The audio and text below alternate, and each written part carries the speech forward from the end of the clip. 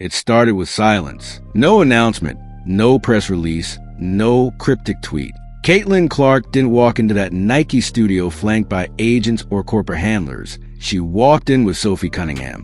One name, one presence beside her. Not a coach, not her parents. Sophie. That alone was enough to set off alarms. This wasn't a routine marketing shoot. This was something bigger, something unseen. And within minutes, that studio became the backdrop for one of the most shocking moments in WNBA marketing history. The cameras were already rolling, the lights already on, but what they captured wasn't what Nike expected. Clark didn't look like an athlete fulfilling a contract. She looked like a queen staging a coronation. Sophie, quiet, reserved, a veteran often overlooked, stood beside her. The hush in the room wasn't awkwardness. It was reverence. Everyone present knew they were about to witness something that would rattle the very bones of the WNBA. Caitlin Clark wasn't there to just take a check. She was there to change the game. And then it began. Not with a signature, not with a commercial, but with a box. Golden, gleaming, custom-made at Clark's request. This wasn't just branding. This was storytelling, symbolism, a declaration. It was clear from the moment Caitlin lifted the lid. This wasn't just about her. This was about all the women grinding in the shadows, who never got their due. Sophie Cunningham wasn't there as a prop. She was there as a partner. And that's when the paradigm shifted. Behind closed doors, this moment had been months in the making. Nike had been preparing Clark to be the solo icon, the next face, the billboard queen. But Caitlin had her own agenda. She told Nike, "I didn't get here alone. I won't stay here alone." Those weren't lines from a script. They were marching orders. And against every rule of endorsement etiquette, Nike gave in. Because when Caitlin Clark speaks, even billion-dollar brands listen. This wasn't a deal anymore. It was a revolution. And Sophie Cunningham, long seen as a role player, had just been handed a golden spotlight, one that would blind the league, one that would burn every traditional marketing blueprint to ashes. Caitlin had flipped the script. In a league where rookies are expected to earn their stripes quietly, she walked in, ripped the old narrative to shreds, and wrote a new one, starring the teammate no one saw coming. Nike's hesitation was legendary. This isn't how signature deals work. One athlete, one name, one brand. That's the formula. But Caitlin Clark didn't care. She threw that formula out the window, like yesterday's playbook. She demanded a sneaker with Sophie's initials on it, side by side with her own. She demanded gold stitching, legacy embroidery. Nike executives fidgeted in boardrooms while Clark rewrote history from a private studio. And for the first time in corporate sports history, a brand bent to the will of Clark. Because her influence wasn't just athletic, it was cultural. Caitlin was making it clear this wasn't about fame. It was about impact. She could have easily stood alone on the mountaintop. Instead, she chose to build a staircase. And she started by pulling Sophie Cunningham up the first step. That box, that golden prototype, it wasn't a gift, it was a crown. And the look on Sophie's face as Clark turned to her and said, "This is ours." You couldn't script that kind of emotion. The gravity of it all didn't hit right away. But as news of the box leaked, social media went nuclear. The video wasn't even posted officially. Someone leaked it, and within hours, it was everywhere. Twitter, TikTok, Instagram. Caitlin Clark's name was trending globally, and not just for a stat line, not just for a buzzer beater, for a gesture that shattered every mold the WNBA had ever known. Because this wasn't just a co-branded moment. This was the first domino in a marketing empire Caitlin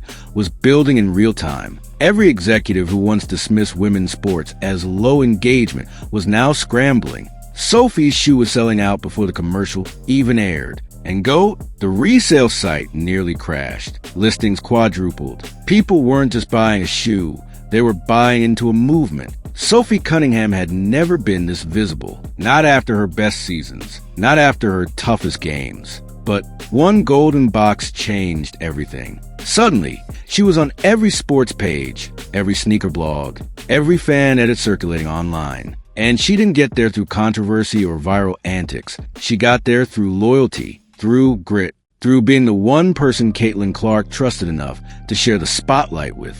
Fans were stunned. Commentators left speechless. Even rivals couldn't deny the gravity of the moment. This wasn't just about style. It was about substance. Sophie wasn't flashy, but she was fearless. She had taken hits, fouls, trash talk. She'd stood up for Clark when no one else did. When veterans stayed silent, Sophie got fined for protecting Caitlin. That kind of loyalty, that kind of backbone, it doesn't go unnoticed, especially not by Clark. And Caitlin never forgot. She didn't need Sophie to defend her back then, but Sophie did anyway. And in a league built on moments, that moment stuck. When it came time to build her empire, Caitlin didn't reach for hype. She reached for heart. She reached for someone who stood beside her in the storm, not after the fame, but before it. That's what the golden box meant. That's what the cameras captured. A silent thank you that roared louder than any press release. But the ripple effects didn't stop there. The shoe sold out in minutes. Fans couldn't get enough. The resale market erupted.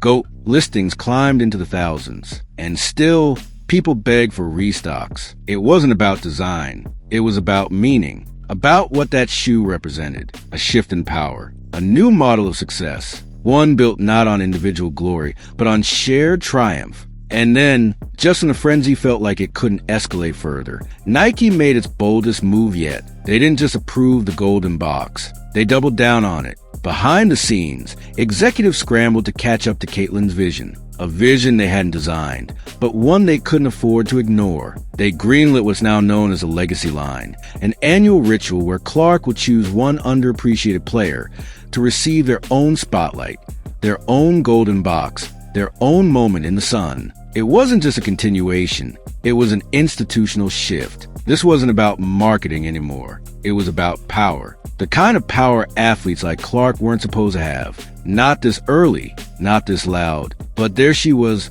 architecting the blueprint. Every golden box would become a symbol, not of endorsement, but of elevation. Caitlin wasn't just building a brand. She was building a dynasty. One that didn't revolve around ego, but around recognition, around lifting others while she rose. And that shook the league to its core. WNBA locker rooms buzzed, not with jealousy, but with introspection. Players who had given years to the game suddenly felt seen, not by corporate sponsors or league executives, but by one of their own. Caitlin's gesture wasn't charity. It was justice, and it forced a reckoning across every corner of the league. Suddenly, every player was asking the same question. What does it mean to truly lead? Reactions flooded in. Aya Wilson responded with a single emoji, subtle but weighty. Angel Reese went live, stunned, repeating to her followers, she really did that. It wasn't shade. It wasn't rivalry. It was awe. Because in a league often fractured by competition, this wasn't a power play. It was a peace offering. Clark wasn't rewriting the rules to win alone. She was rewriting them so others could win with her. And then came the whispers, the internal shift that told you this was no flash in the pan. Nike wasn't just reacting anymore. They were restructuring. Caitlin Clark had sparked something bigger than a campaign. She created a power circle, a living legacy. The golden box was no longer a one-time stunt. It was an annual ritual, a cultural moment in waiting. And Sophie Cunningham? She wasn't just a co-star. She was the first name carved into that golden lineage, the first of many, the spark that set the entire WNBA ablaze. But this isn't where the story fades. It's where it ignites. Because every golden box from this point forward will come with anticipation, with speculation, with impact. Who will Caitlin choose next? Which player will get that call? That quiet moment of validation behind the scenes that turns into a public coronation on the biggest stage? The entire league is watching. Every player's grind, every unseen effort, now carries a new possibility. And for fans, the bond deepens. Because Caitlin didn't just prove her greatness with stats or awards, she proved it with selflessness. She proved that the heart of a leader isn't in how loudly they speak, but in who they choose to elevate when the lights are brightest. Fans saw it. They felt it. That emotion, that authenticity. It can't be manufactured. That's why it worked. That's why it sold out in minutes. That's why the story didn't need PR. It was the PR. Meanwhile, Sophie Cunningham, once the underdog, is now a household name. Not because she begged for it,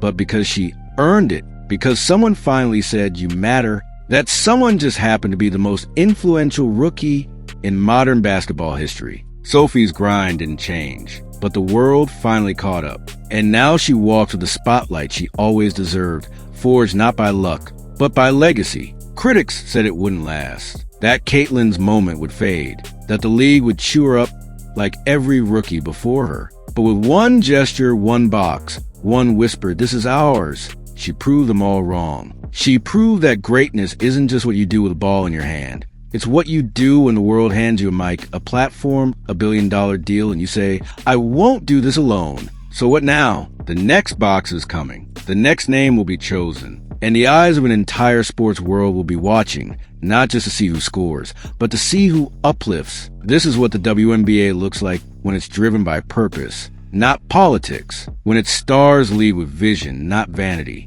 Caitlin Clark isn't just the face of this league. She's the architect of its future. And if you think this was about a sneaker, a box, or even a brand, you've missed the point entirely. This was about rewriting what legacy means. It's not about being remembered for what you did alone. It's about who you took with you when the doors finally opened. And then, like clockwork, Nike pivoted. What began as a one-off demand became the cornerstone of a new initiative, the Legacy line. Caitlyn's brainchild, a new tradition. Every year, she'll handpick one player, someone overlooked, someone who earned it. They'll get their own box, their own moment, their own piece of the empire. Not because they're famous, but because they matter. No teammates, no best friends, just warriors who've proven themselves in the trenches. Caitlyn's message was clear. This isn't just branding. It's a lineage. It's a living, breathing power circle. The WNBA has never seen anything like it. And fans? They're hooked. They're not just watching for the games anymore.